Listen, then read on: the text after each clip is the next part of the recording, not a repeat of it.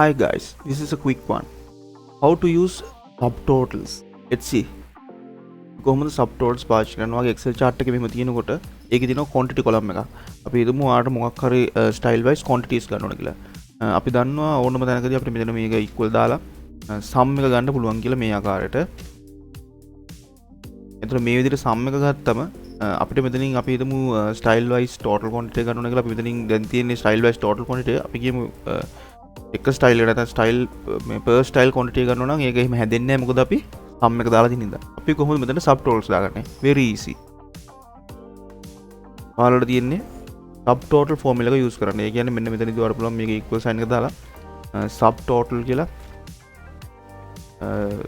දාගෙන මෙන්න මෙතන තියෙනවා 9 එක. ඒ කියන්නේ subtotal එකේ sum එක තමයි අපි මෙතන use කරන්නේ. ඒ කියන්නේ code එක 9 සහ comma එකක් දාලා ඔයාලට තියෙන කොතන ඉඳන් කොතනද කියලා define කරන්න. මට ඕන මේ column එකේ මම මේ column එකෙම දානවා.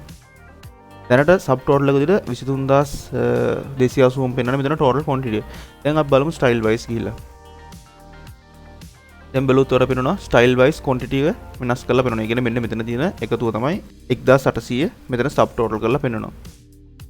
මං හිතනවා ඔයාලට මේක ගොඩක් වැදගත් වෙයි කියලා. ඔයාලා ඉන්න ඉන්ඩස්ට්‍රි එක නැත්තම් ඔයාලා කරන ජොබ් එකත් එක්ක හරි මොකක් හරි ඔයාලා හදිස්සියේ ස්ටයිල් වයිස් හරි නැත්තම් මොකක් හරි කෙනෙක්ගේ සැලරි එකක් හරි මොනවා හරි ඒ වගේ දෙයක් මොකක් හරි data set එකක subtotal එකක් ඒ කියන්නේ filters දාලා තිනකොට subtotal එකක් ගන්න කොහොමද කියන එක මීට කලින් දැනගෙන හිටියේ නැත්තම් මේක ගොඩක් වැදගත් වෙයි.